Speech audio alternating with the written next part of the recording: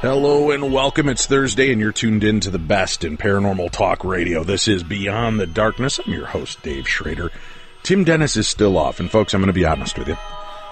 We put up a little bit of information that I recorded with Tim from Tuesday's True Crime Show, updating us, and it's been a scary route. I mean, we almost lost him over the weekend.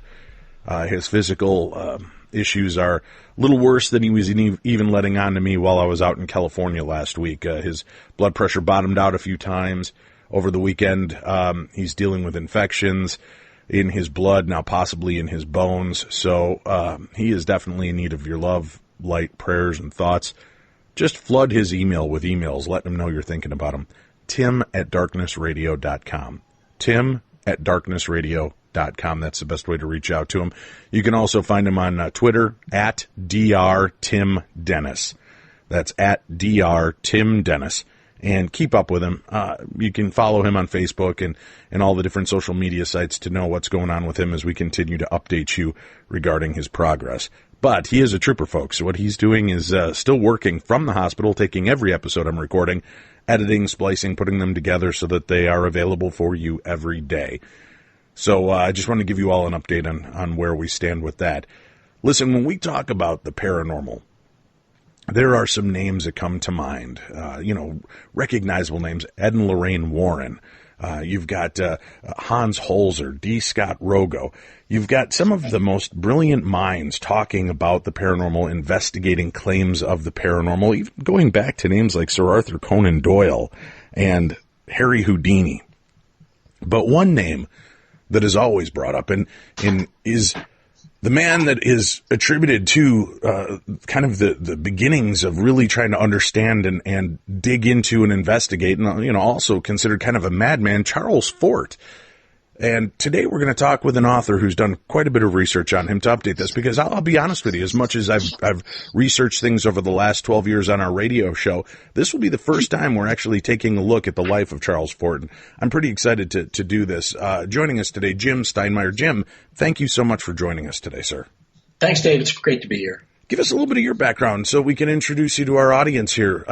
Who are you? What do you do? And what brought you to this type of research and education? It's really interesting. For some reason, I've always been intrigued by Ford.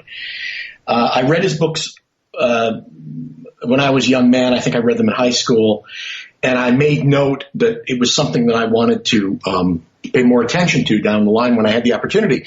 And I began to collect, things that I would see in newspapers that were Fortean in nature. I think that's the inspiration that he provides to a lot of people, is that story of the man who clipped things out of newspapers. And we'll talk a little about that, about his procedure. And so I was able through the years to connect in kind of unexpected ways with Ford. I had spoken to Damon Knight, who was his first biographer, about the subject. And then I talked to my publisher. My background really is not completely unrelated, but the world of magic, meaning conjuring and magicians. I create special effects for the theater and work with different magicians. And when I talked to my publisher about different subjects after I'd done a series of books about magic and magic history, one of the subjects that came up was Charles Fort. And he was very interested, Mitch Horowitz at Penguin. And they had his interest ranges into the paranormal. So I was able to attack a kind of new biography of Fort and go to his papers. I looked at Damon Knight's papers at in university collections and the Dreiser papers, and there's a lot of material scattered around. Mm-hmm. And it was really interesting going back and rereading his material, his stories, his books, and putting it back into context. And he's a very interesting story. Jim, and I want to get to that, but what intrigues me, and we've had some other illusionists and magicians on our show in the past, and I'm always fascinated about your aspect and your thoughts on the subject of the supernatural, knowing how easy it is to trick the mind and the eye, realizing that by simple misdirection, you can actually convince people that you're supernatural. Look at the way people treated Harry Houdini. Even one of his closest friends, Arthur Conan Doyle, believed Houdini truly had paranormal properties. Right. When you look at this, do you have a belief in the supernatural? I would say that I tend to be skeptical. And I am by nature, but it's interesting. My family one side of my family had a strong belief, and actually was part of a spiritualist church in Chicago for a few years. And so I just know, I've just had a sense of that sort of belief and the understanding that people have about it. And I think that magicians, there became a fashion for magicians to be critical of the supernatural. And you have to be suspicious of anything that becomes a fashion. Let me just say it that way. Okay. Because it's something that's used for marketing. It's something that's used, as a kind of shortcut to get somewhere. And so it's true that there are a number of magicians who have, in a kind of crusading way, said, we're experts in deception, and so we are the ones who can make this judgment. But I would also say that there's some of that's been simplistic and a little bit suspicious, which is not to say that I'm on one side or the other. I would just say that it's not as simple as saying, no magician believes in the supernatural or this is all foolish. And I think what I found refreshing about Fort is that Fort assiduously wouldn't take any belief. That's the really curious thing about him is that skeptics argue that he's a believer and believers argue that he's a skeptic. And many people walk away from him just scratching their head. And I think there was something kind of refreshing in that. And I think he took some pleasure in that as well. So I just think that I think the enlightened view is to say we don't know, and to say there's a lot out there that's overstated and that's suspicious. And yes, an expert in deception should be able to diagnose some of this. But I also think it's sometimes a fashion to say, magicians know that there's nothing to this, and they point to several people like Houdini, who led a crusade against supernatural things. But I think the story is just more complicated than that. I think that we have to look at what it is about humanity, what it is about all of us that always gravitate towards these things. It's fascinating. It's an interesting part of our lives. And I wasn't trying to denote that I believe that all magicians think the supernatural is garbage. I know quite a few who believe in the supernatural and have had paranormal experiences. I just was curious what your thoughts were on this as somebody that has that kind of imaginative mind and knows the ways to trick people. Do you honestly believe that the paranormal exists? I was just curious from your own center of thought where that came from. Have you ever had anything happen in your life you would put into the paranormal realm? No, I would say I haven't, and I would say there isn't anything that I could point to firsthand that I would say, makes me question that. So, which overall I tend to be skeptical, but I also just think that I think you, because of your show, get an enlightened view talking to the magicians that you're talking to. There's a kind of pressure, pressure's not the right word, but it's sort of historical tradition in magic that magicians don't believe. And I think it's really I think it's a fashion. I think it's something that's sort of the accepted way for magicians to act. And I think that people do it automatically without really understanding it. That disappoints me because it means that people take viewpoints without really understanding what they are. So, I think it's fair to say that we all need a little more enlightened view of it because it is part of being human. Right. It's part of the condition. You can keep pointing to examples of fraud and trickery, and yet people emerge from it, desperately interested in this and wanting to believe. Right.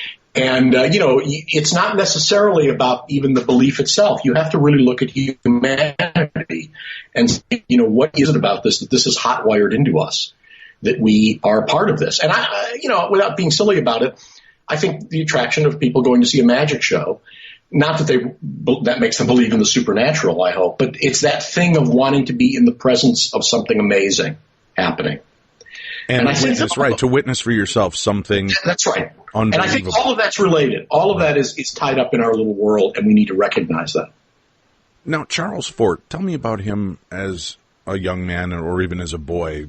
Was he intrigued with the supernatural and the ideas of it at an early age, or did this come on as he grew up and matured in life? I think it's something that developed in him. Fort's a really interesting story, and I think, he drives some people mad. As an author, I'm not supposed to say that, because I'm supposed to tell you, just read this book and you'll love him. But I've noticed that, he really sends people off in different directions, and he has a very distinctive voice, and he has a very distinctive way of talking about these subjects. I think he was a really troubled man. I've talked to people who are in his family now about him and the tradition of him. And he had a very unhappy childhood. And he wrote about it in an unpublished autobiography in a really, I think, a sad and captivating, incredibly captivating way, his memories of childhood. They're sort of jaw-dropping. First, the kind of brutality that he endured and that he relates, which I think is completely of a different age. I mean, it's kind of Victorian punishments of children that were much more acceptable at that time, but that he never got used to and he didn't accept. And also his obsessions with his childhood, his memories of his childhood, his ability to recall certain things in his childhood is really haunting in his autobiography. And you see how he came out of this kind of damaged and looking for answers. And it ended up, I think, him being a young man looking for answers, looking for solutions, and realizing that the world was not delivering on its promises to him, was not delivering as being a satisfying place and a happy place. And he looked for answers. And he became a writer. He became a writer first, and was a really interesting fiction writer, writing something which was a fashion of the time, which were short fictional stories for magazines. And a number of these survive, and they're again very distinctive, kind of quirky, filled with really wonderful phrases. I mean, he was really a kind of writer's writer, and I say that because one of his big fans was Theodore Dreiser, the author, who was an editor of these magazines at the time, and befriended him and thought that he was a brilliant writer. And part of Fort's interest at that time was looking at oddities, and he began to collect accounts of strange things. That's the simple way to say it. Right. As you read the newspaper, as you read Scientific American, as you read accounts, you occasionally see, we all see these stories now with the internet. That's all that's being amped up. You see these accounts of weird things happening, and then you never hear anything more about it. You never hear if scientists said, "Oh, now we understand it." You never hear if they say this is the most amazing thing that ever happened. You just get the account that fish fell from the sky this day in Italy, right? Or we discovered a rock that has a tool embedded in the middle of it. And then you see that as a little oddity in a newspaper, and bang, that's the end of it. And so Fort started collecting things, and I think he writes about first collecting things that were useful to him as a writer, images and analogies and similes, and he had I think it's safe to say he had a fairly obsessive mind. You're going to see that gets worse and worse as the time goes on with him. But he started obsessing over little scraps of paper with images on them, and then he started collecting these oddities that intrigued him. And he started developing it towards a philosophy. And I would say that the philosophy, that was inspired very much by Dreiser. I would say the philosophy never fully got explained in a strange way. He writes about it, and we can see bits of it being woven through his books. But because he's always so skeptical in nature, and because he's such a good humorous writer, he's always letting the air out of his own theories. He's always kind of taking a light touch in the way he's presenting things. So almost giving the plausible deniability so that he looks like he's throwing out ideas and concepts, but taking it back a bit so people don't judge. Dave, that's exactly the way to say it. He's always he's a little self-conscious about being a philosopher. And so he kind of jokes his way through the projects and leads the audience through it in interesting ways. And I think that at a certain point he was a little bothered that he wasn't taken more seriously. But nonetheless, I think that we enjoy him today because he has a really wonderful attitude about these subjects, which is that he presents them as equals to everything else. As he says, I turn my back on Christ and Einstein and all the great thinkers, and I open my heart to the little fish that fall from the sky. And my biography is called Charles Fort, the Man Who Invented the Supernatural, and I was criticized for that title. I've been criticized for that title because, of course, it's slightly ridiculous, the Man Who Invented the Supernatural. But he did, I think it's safe to say that what he did, and the point I make in the book, is that he created the way we think about it today, which is this very modern approach of saying it's equal to everything else. These accounts, these oddities, are to be weighed relative to everything else. And that when science becomes speculative and when physics sounds like science fiction, who is to say that, the fish that fall from the sky aren't as valid as the observations of Niels Bohr? He comes off almost like a version of Robert Ripley, right? The collector and curator of all of these odd stories. There is absolutely a Ripley element to him, but there's a kind of seriousness behind it. Mm-hmm.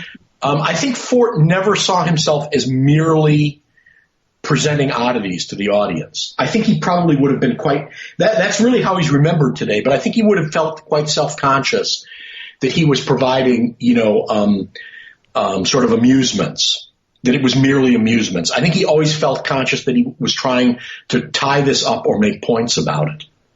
And I think he's not remembered for that today. I think that some of those are elements where we find him hard going today, where we're reading how he's trying to tie these things together.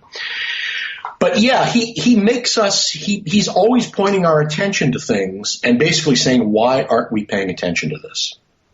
Why is it that fish fall from the sky and we don't talk about it? Right, and it's a 2-line sentence in an article or a short little blurb that doesn't go on any further to explore or explain it. Right. What is it about our world that doesn't seem strange to us? Or more to the point, why are we ignoring this? It's interesting you bring that up, Jim. There's an article that I've referenced from time to time on our show, being a fan of the supernatural and the paranormal and looking into this. As a researcher with the Ghost Adventures TV series, one of my fellow researchers located an article that took place almost 100 years before the Amityville horror case. Mm-hmm. And it's in the Amityville newspaper, and it's in this side column, sandwiched in stories between Farmer Jones has a market coming up this weekend. There'll be plenty of things available. Mrs. White will be offering this and that. And then there is a house in Amityville that is haunted. And it gives this little paragraph description. It says, no one's quite sure why or how it became that way, but it is just accepted as such. And it's this very weird, nonchalant little blurb in the newspaper, and then you go on to the next segment, there's going to be a big bazaar at the church this Sunday. Make sure, and it fits in that realm. They don't explore it. They just accept it for what it was. It's haunted. We believe it's haunted. The owner built it, refused to move in. It fell into disrepair, and now, it stands there in this kind of spooky look. And then it's right on to the next article. So it is kind of intriguing the way that, do you think that was the media's way of alerting us to something, but again, not taking a stand one way or another as not to offend the readers, the religious? Why do you think that those little blurbs would come out that way? Well, it's really interesting. One of the things I had to pay attention to, because I go through a lot of material with Ford, because he collected material obsessively, is you can see the nature of how the press was writing about things at that time. Mm-hmm. And there was a lot of that material. There were a lot of little intriguing blurbs that were not followed up. I think one of the things that bemuses us today reading Ford is reading little snippets from Scientific American or Nature or really, accepted journals and reading of these oddities. And of course we would say today, well, this is unbelievable. This was in Scientific American. But Scientific American was a different publication at that time, right, in the late 19th century, and it contained a great number of people writing in with observations and letters and queries and questions, and so one would see strange little articles like that, and then those things died and went away, and they are questions. There are many questions that those present us with, which is that at some point they're reported, some of those get followed up, and some of them, like you're saying about that house, they linger until someone later starts putting all the threads together. And you wonder how many of those threads don't get tied together. And that is an element, exactly what you're saying, of Ford. Ford is saying, what is it that we're not connecting these pieces? Why are we not paying attention to these subjects and connecting these pieces? And then his question is, are they connected in ways that we don't understand? I think one of his great philosophies is that this kind of thing that we now see written up as Gaia and, which has acceptance is an interest, is written in a kind of wonderful, crazy, humorous way by Ford, where he says that everything is interconnected. That, a bottle of ketchup falls over in the Bronx and it's affecting stock prices in the Orient. And it's, changing the way the rainforest works. And it's all that there's a kind of strange interconnectedness to everything that we don't understand. And he theorized about this, and he asked if some of these oddities weren't manifestations of all of this. So he anticipated thoughts, he anticipated philosophies, and he anticipated the way we think about the supernatural in kind of amazing ways. He did it in a really offhanded manner in these dense books of oddities. And I think that many people read them today kind of scouring just for the oddities. You bounce from paragraph to paragraph looking for the accounts of weird things. Right. And that's sort of how he's remembered today. But there's a really interesting writer, a kind of troubled soul, and a kind of natural philosopher who doesn't want to stick his neck out too far, but wants to tell people that we should be skeptical, we should be agnostic, we should be accepting all in equal measures. And I think one of the interesting things about Ford, I say in this book that he's kind of the agnostic's agnostic. When people say skeptic today, what that usually means is, skeptical in the way that I'm a skeptic, skeptical in the way that you're a skeptic, skeptical. If you say someone's skeptical, it means, they agree with the way I'm skeptical. Okay. Right. Ford is skeptical about everything. Okay. So, Ford is believing of everything. Ford is agnostic about everything. And very seldom do we actually encounter somebody like that. It's really a roller coaster ride to read him, because you can't believe that there's a guy who writes about fish falling from the sky and then might say in the next paragraph, yeah, I don't believe it. It doesn't make sense to me. And then in the next paragraphs, it doesn't believe Einstein, doesn't believe Newton, doesn't believe Christianity, doesn't believe Judaism, doesn't believe what scientists tell him, and then, winds up telling some other story and goes, well, I think I believe this one a little more. And it's a roller coaster ride to hold on to what it is that he's believing. And we really don't encounter people like that. With that said, though, do you see, by examining it on a whole, do you see why he follows certain threads over others? Do you see why or what the flags were that made him more fascinated about one aspect of a phenomena over a different version or science's version? A little of it because he's really a facile and talented writer, and he will do some of that to amuse you and to be a contrarian. Okay, he'll make you laugh, and he knows he's doing. I think he knows he absolutely knows he's doing it, and he'll take contrary viewpoints just to stand there with his hands on his hips and say, "What are you going to do about it?" Okay. And so you're always being challenged by Ford. But there is a kind of interconnectedness to what he's doing. There are little scraps of theories that he writes about.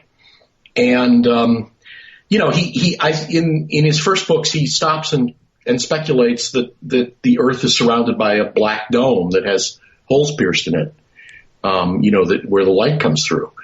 And, he goes, it makes as much sense to me as anything else.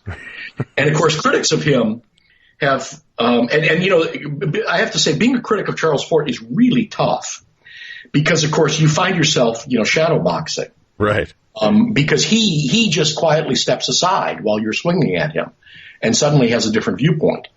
And that's the point of it all. So whenever he kind of posits a theory, it sounds completely crazy. And you say, well, he can't be serious about this. And then, of course, that's part of the goal is that, is how serious is he? He right, speculates but it opens up the dialogue, right? It forces you to look at something that you might have overlooked or just glanced at as an oddity and moved on to the rest of the day. This gives you, he's giving you a jumping off place. Absolutely. He's always providing challenges and always providing a jumping off place. And I think that what he does, I think that where his theories always are interesting is this kind of interconnectedness, that there's a great deal out there that we force ourselves to ignore, and there are a great deal of connections that are being made behind the scenes that we don't understand. And I would say that's where his 4 books really, kind of come together in a grand scheme. And these oddities are the things that pull you through it and make you intrigued by the world. But he found a way to become intrigued by the world in a really unexpected way. And it was a world that had jilted him. It was a world that had made him very unhappy and had left him unsuccessful. And he, rather than kind of turn on it, rather than being negative, and there really were really great personal hardships and great personal difficulties. What he did is he kind of pulled out of this inspirations from the strangeness of the world, inspirations from the things that had jilted him, that had made him unhappy. He realized that in the sort of randomness and cruelty of the world, there's a kind of strange beauty behind the scenes, and that he right. So here he's kind of this battered soul who easily could have turned cynical and cold. Instead, he re-examines life around us through the eyes of a child, right? Looking at things with wonder and amazement and changing his parameters constantly on how he looks at these things, much like a child would do, which keeps the wonder alive. Once you think you know everything, there's nothing left. Right. It's kind of done. It's the idea of, and I think, that's what we've done with the show for 12 years. I've come many different circles in how I believe different aspects of the paranormal may be taking place. And it keeps it fascinating. Just when I think there's nothing more that we can learn from this, somebody kicks open another door and pushes me through a rabbit hole I didn't even see coming. And all of a sudden you're like, wow, wait a minute. This is remarkable. So I really appreciate somebody that takes that type of stance. It's refreshing, and you can see how that would certainly change the way people look at the supernatural, right? It's because he's even evolving. It's never one static concept as many people like to stick to now. I think that's a great point. I think he's found a way to rationalize, or at least to be excited by these subjects that for years troubled him. That were manifestations, the oddities of the world were things that as a child he felt very deeply in his family life, in his personal life. And there's a great story which has gotten a little muddled, and I was able to kind of put together with a little bit of clarity. There's a story about his friendship with Dreiser. Fort was clearly depressive, and there's a point in his life where he's just a complete failure. He can't write the stories that people want. He's not commercial enough to write the kind of stories that people want. And he feels that he has to do something different, and he doesn't know what to do.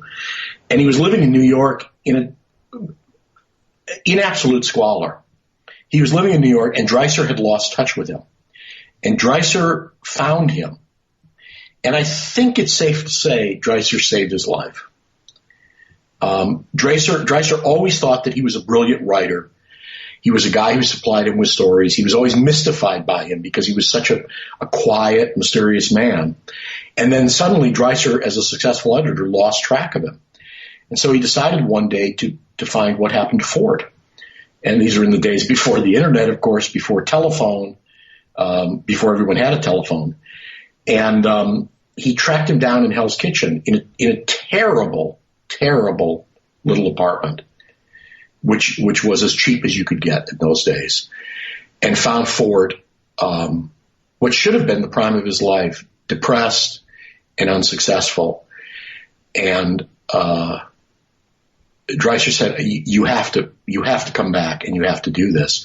And Ford was at that time working on a manuscript, and Dreiser took the manuscript, pushed it through, got it published, and in the course of that, Ford shifted his attention completely to these oddities, and out of discussions with Dreiser, began organizing a book around this philosophy of the strangeness of the world. And you can see that it really was a reaction to him kind of coming back into the world and trying to make sense of it. I mean, it's really a personal story. You can see how this actually impacted this man and how making sense of it was his way of dealing with the world. It's quite strange, and I think kind of beautiful that this friendship developed into a whole new career for him. He was always very quiet, always very reserved. I think always remained slightly depressive. He was never completely satisfied with his work, always had doubts about it, was very shy, resisted being a literary figure. Every criticism of him, and of course there were many, because of course writing about these subjects and taking them seriously always got people laughing at him. He took every criticism to heart, I think about a great quote. There's a great quote from Orson Welles, who said, "Every actor secretly believes every bad review written about him." Right. and I think the key to that is secretly believes. No one admits it, but of course that when you read a bad review, you go, "That one's the truth," and you won't admit it to anybody else. And Fort was a guy you can really see that. He just bristled anytime he was accused of being a crank, because of course what he basically said was, "These things are there. I'm just taking them seriously." Well, we need to take a break, Jim. Let's take a break. We'll come back. Let's talk about some of the more fascinating accounts and things that Fort looked at and investigated. What did he find in this, and was he ever drawn to a conclusion in the end? We'll talk about that and more. Our guest, Jim Steinmeier, when we return here on Beyond the Darkness.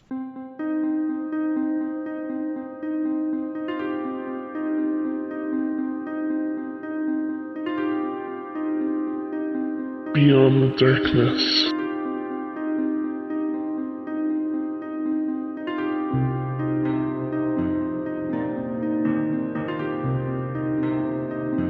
Hey, welcome back. This is the best in paranormal talk radio. This is Beyond the Darkness. You can hear us here 5 days a week, Monday through Friday. Check us out as we explore the strange and unusual world around us. Always having fun and looking at every strange aspect, from ghosts to UFO, psychic phenomena, monsters, myths, legends, conspiracies, and more. We are your home, your one-stop shop for the best in paranormal talk radio. We're back, and we're talking today with Jim Steinmeier, talking about one of the most recognized names when it comes to the strange and unusual. When we talk about the paranormal and the supernatural, and you hear about Fortean, that is Charles Fort. It's his imaginings, his research, his way of sharing these stories. And we're kind of discussing this man that in some instances, time is starting to forget. We are so wrapped up in the paranormal TV programming and some of the bigger flashy names like Ed and Lorraine Warren that some of the forefathers of this movement are being forgotten. And I think that's a shame, because it's intriguing and important to remember where we started, how we got this, and how this popularity continued to move through the centuries. Charles Fort is a perfect man to look at, and Jim has written this new book about him, covering this different angles of his life. Let's talk about some of the things that intrigued Mr. Fort the most, and how did he go about writing these things up? How did he go about collecting this information? His interests really varied over the years, and he wrote about that with some humor, that he would be led to one subject and then another and then another. And he had a very interesting way of categorizing things, which was slightly obsessive, which was that he took notes on little scraps of paper and then used those scraps as the building blocks of whatever he was writing. He had boxes and boxes of notes. They were little file boxes, kind of like the size of shoe boxes, and notes bound in string. And the scraps of paper are small. They're 2 by 3 inches folded up. Sometimes they have bits of newspaper folded inside of them. And he would constantly organize and reorganize them into categories. Things falling from the skies, mysterious people who disappeared, oddities, unexplained deaths. And he would use these, putting these together and sorting through them to assemble his books. Many of his notes still survive today. They're in the collection of the New York Public Library. And his books inspired, when you talk about the great writers of these subjects, there was a movement very early on after he died in the early 30s, a Fortean society. And there are still, of course, Fortean publications today, like Fortean Times. But many early science fiction writers and people drawn to oddities, nonfiction writers, were Forteans. They identified themselves as Forteans. They were part of the society. And they were very heavily influenced by Charles Fort.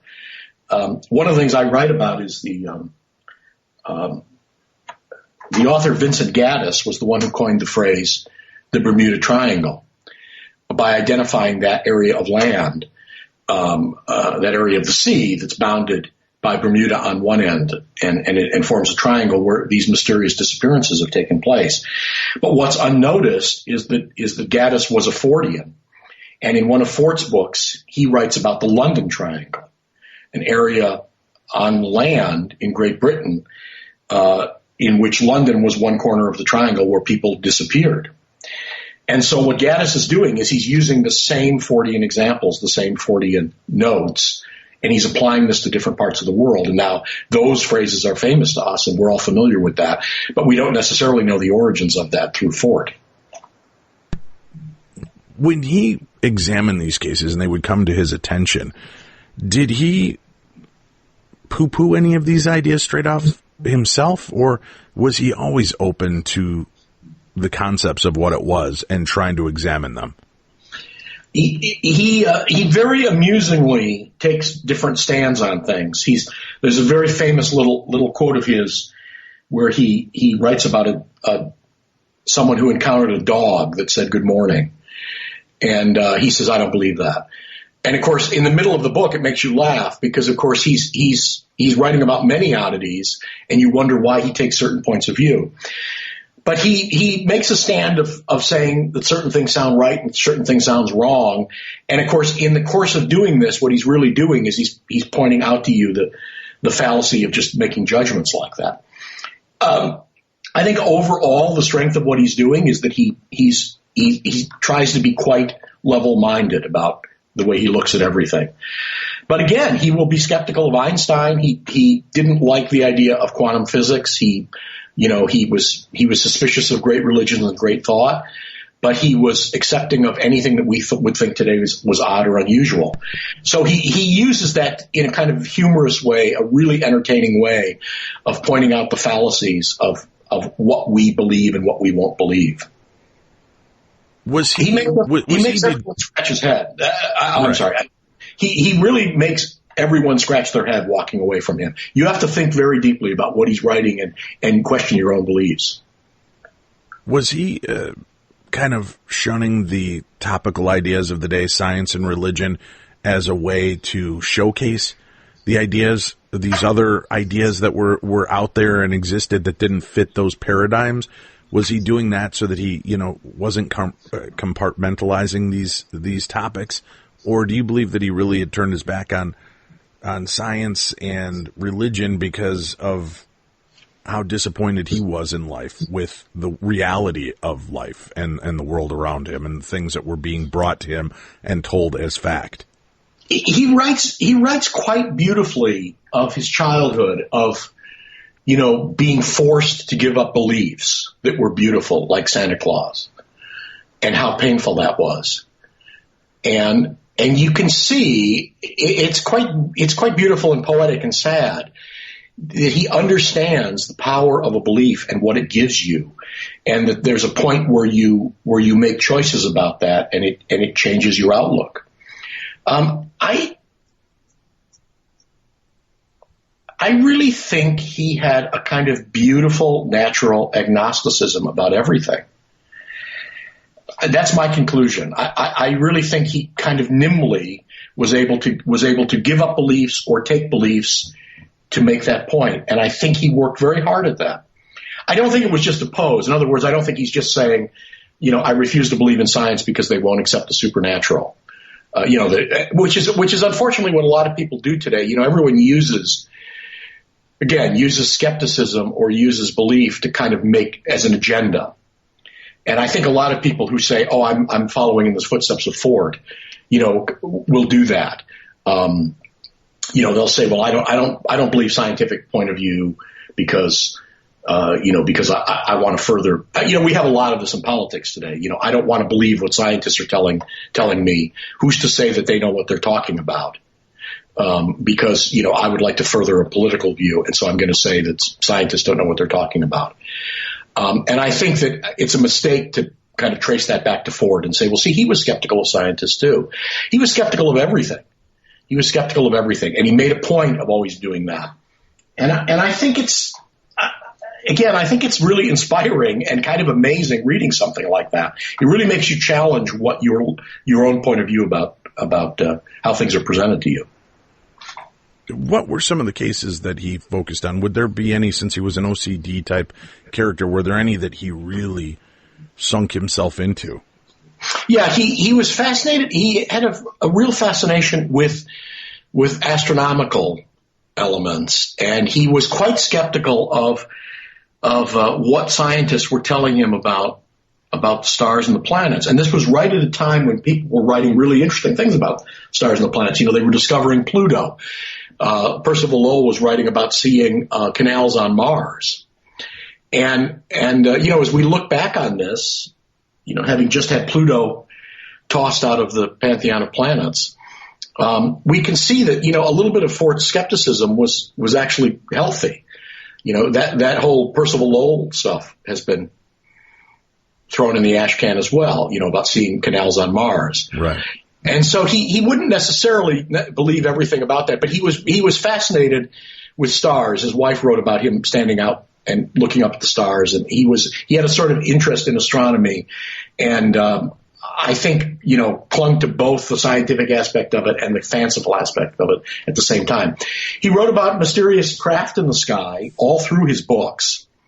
Certainly more in certain books, but that, of course, 20 years after he died, became the interest in the movement about UFOs. Right. He never called them UFOs, but he has very old accounts, historical accounts of exactly these kind of phenomenon. And when later writers, and many of them were Forteans and identified themselves as Forteans, when later writers began writing about UFOs, the first thing they did was turn back to the Fort books and say, look, all of this was foretold. Here are examples of this from history. And they used his accounts. Certainly wrote about disappearing people. He wrote about unexpected phenomenon, things falling from the sky, things discovered in unexpected places. And all of that he found fascinating, and sort of we wove together in this world of paradoxes. Did he ever try to sum it up? Did he ever try to give an analysis of what it was that was taking place, or was he more about just presenting the facts as he was told them? He teases throughout with little bits of theory. He teases throughout with little tiny bits of theory and says, maybe it's this, maybe it's that. And very often I think we end up laughing at those, which is sort of understandable because many of them, of course, are designed to be slightly funny. But of course, there's always, something slightly haunting about it as well. And one of the things he said, witchcraft always has a hard time until it becomes established and changes its name. We hear much of the conflict between science and religion, but our conflict is with both of these. Science and religion have always agreed in opposing and suppressing various witchcrafts. So, of course, what he's saying is that our points of view about these things are fashions as well, and that we have a fashion where we say, "Oh, this is the accepted view right now," but we're constantly changing our accepted view. So at a certain time, we'll say, well, that's not to be believed. That's witchcraft. And then 50 years later, we say, oh, that's part of our accepted point of view. Right. That's medicine. That's science. That's something we accept now as a reality and part of our world. Yeah, we were bleeding people for centuries, and then someone discovered, oh, that's not a good idea. That actually doesn't make them feel better.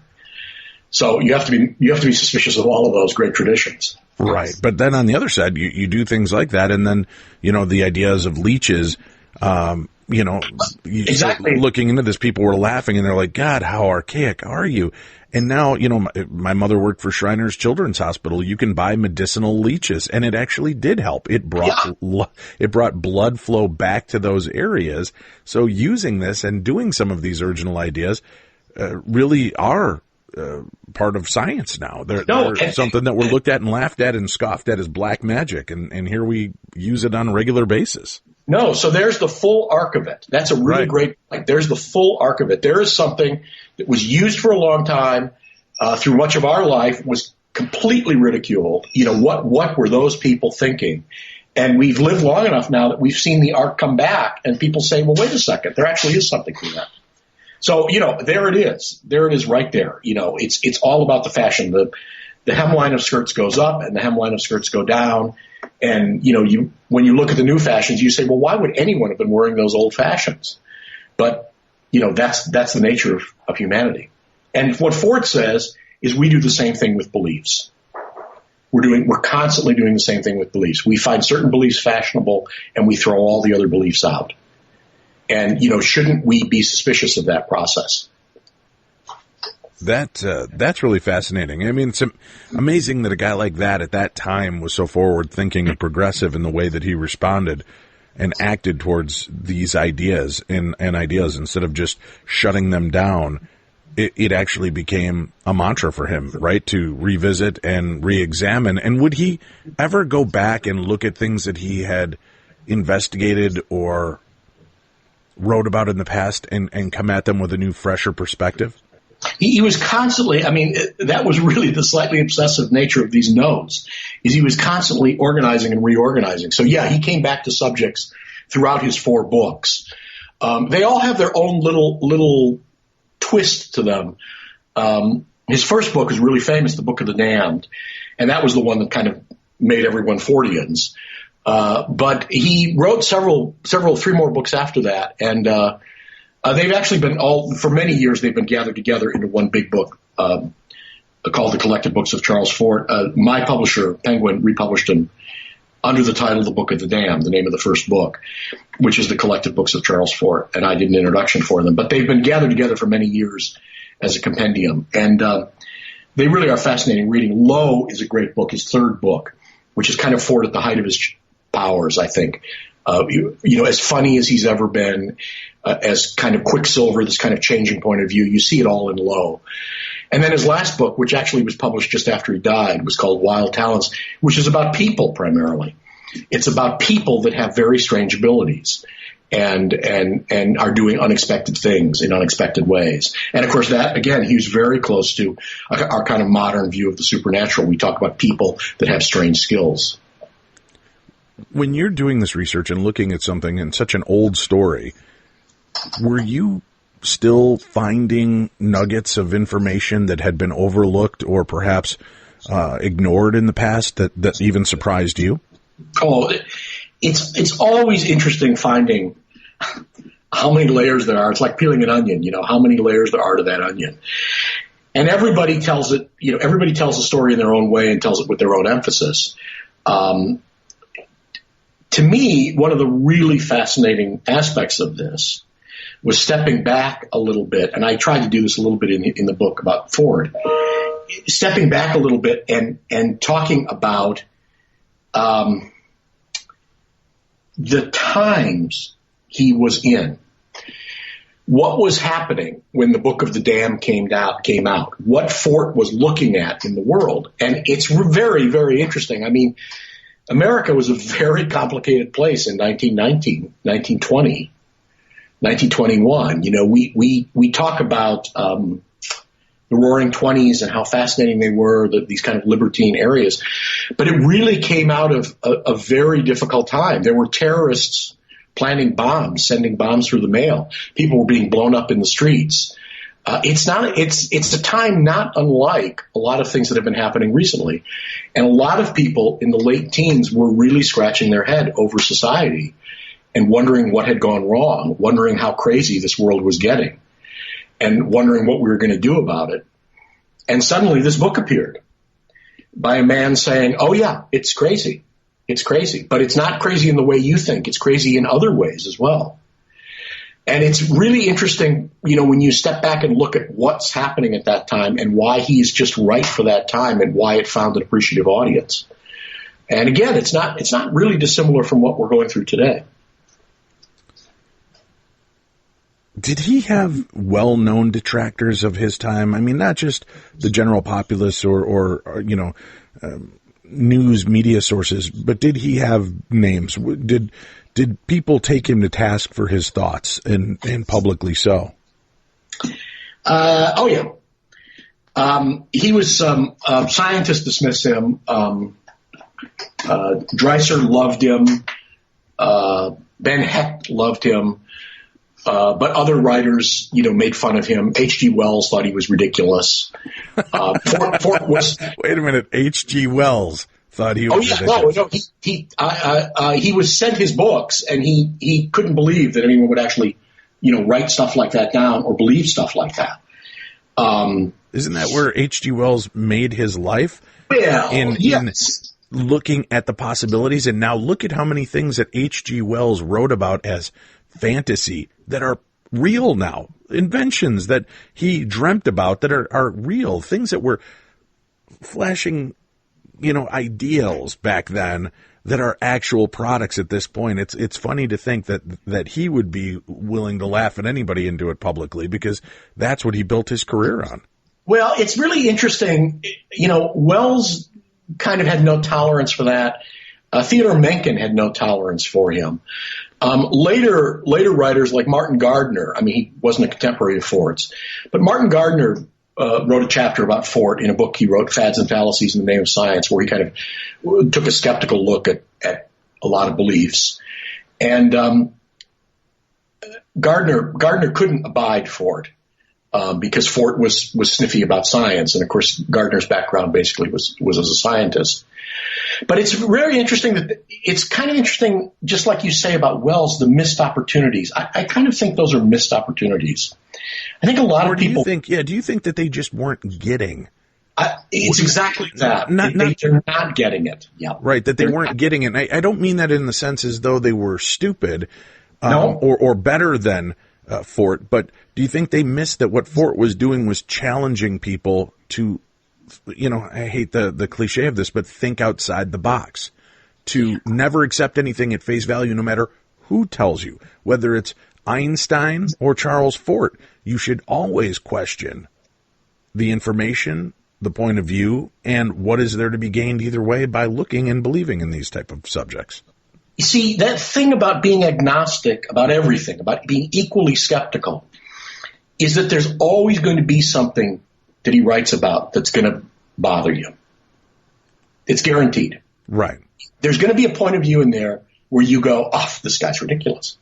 And I think a lot of really great thinkers, a lot of really, really interesting people encountered things about Fort that they couldn't deal with. They just couldn't deal with. And it set them off in the wrong direction. Gardner couldn't believe that he would laugh at scientists. This was offensive to him. Mencken, couldn't believe that he would present himself as so stupid as to obsess about, a dome in the sky with holes in it. Okay. And of course, Mencken talks about the boobocracy of America, the people who are just silly, and why is the public so silly? And yet what he kind of misses the point is that Fort himself is talking about that. Fort himself is talking about why certain people take beliefs at certain times. And he's making that point by taking beliefs himself. And so I think you're exactly right. It's almost like, and some people really write about this. Ben Hecht wrote about this. There's a kind of cosmic joke going on with Fort. Fort tells cosmic jokes to keep us laughing about the world. And there are certain people who just will not do that. They're offended. They're not supposed to be laughing like that. And does it make you wonder if guys like Charles Fort are what really helped push science forward in these processes? Because by having a big vocal voice questioning these principles, concepts, and theories, did it push for science to show without a shadow of a doubt that it was legitimate and real? You know, when you have people like that questioning, if it's just, Dave Schrader working at McDonald's questioning, nobody's going to pay it attention. But when you have somebody like Charles Fort who had people's attention and could grip people with his writings and his musings, you almost wonder if it pushed the science to be better because they had to be to prove that their thoughts were correct. I think that works all different ways. I think it's a good point. I think it works all different ways. I don't know that scientists, I think there are elements of Fort's understanding of kind of the scientific theory where he misses a couple beats of things. And when he writes about kind of how science is organized, he doesn't always have a complete view of that. But I do think that what he's doing is by pointing out our changing fashions, by pointing out the way our belief systems are so fluid over the years. He really does a valuable service because, of course, science, and you can say this about everything, I'm not picking on science, religion, politics, social norms, are all in the business of not doing that. The story of humanity is, every day better and better thoughts, more important, more understanding of the world, one great progression. We're just getting smarter and smarter. And Fort says, hold on, wait a second, just a second. What about what we were saying 50 years ago? What about what we were saying 500 years ago? What about what happened a week ago when those fish fell from the sky and no one paid attention to it? What about that? And yes, it's a really important thing. It's a really important thing to point out to humanity that our beliefs, like everything else, are part of a fashion, are part of what will change tomorrow. It's the way we'll get dressed, and we'll say, "Oh, this is now what we believe," and this is, of course, the truth that's always been out there that we were looking for. And next week there will be a new truth, and next month there will be a new truth, and we will forget all the old truths. And with some real talent, he's pointing out that we're able to do this in an arbitrary way. And, what scientists are telling us today is not what scientists were telling us last year, and it won't be what they're telling us tomorrow. And we'll just throw all of that overboard as well. So, yeah, it's a part of a human condition, and it's a really fascinating, there's a psychological aspect of this as well as a fact-based aspect of this. How do you think Charles Fort would fare in today's society? That's a really good question. I fear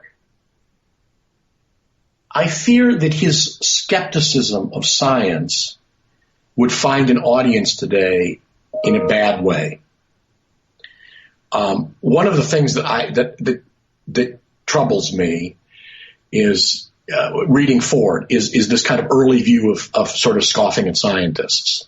Not that I don't think that it's there's merit in it, or scoffing at anything. But I do think that, today we sort of have this automatic thing where we question every expert, not evaluating why they're experts, not having any understanding of that, just automatically saying, well, that science doesn't know what they're talking about. Well, of course, science do know what we're talking about. Those views change, those views evolve, those views are better or worse over the years. But it's foolish to say, I think today, a scientist is no better than anybody else. My fear is that a little bit of Fort would be read today with people saying, see, this guy understood. There's climate science. Why are we paying attention to climate science? No one knows what they're talking about. So I think that a little of his agnosticism has been misused over the years or used in very specific ways. And I think that he would be bothered to find himself allied with any specific point of view, because he worked so hard to keep all options open. So that would be tricky, because today we want our heroes to be espousing a certain point of view. And I think Fort assiduously avoided all that. He was insistent on being the person that couldn't be pinned down. He would provide a lot of inspiration today, but I think it would be also interesting to see how he would be misunderstood in that regard as well. Yeah, I can see that, and especially in today's environment. But it's fascinating because, again, isn't that really kind of shining a light on the problems that we have in today's society? And I see how you could see that Fort would maybe be looked at in the wrong light now because he does challenge it, and people might, again, miss the point of what he was trying to say. But there are compelling arguments on both sides of many of these discussions that exist right now, even talking about the weather and climate change. And you have some people that are well recognized and respected on both sides of this argument. And you wonder, well, to what degree do you have some skin in this game? Why do why is this? And I think that would be the point that, again, people would miss, is that he's not necessarily even really taking a side, but he's challenging you to question both sides. And where is the information coming from? And I think what's really scary today, and wasn't available back then, as you said, because of the internet and the ability for everybody to self-publish falsities and fake news and things like that. Back then it would have, I think he was suited for that time era much better than today. And probably I think he would be disappointed and maybe depressed even more so by today's society, because they would miss the point of what he's doing, I think, even more so.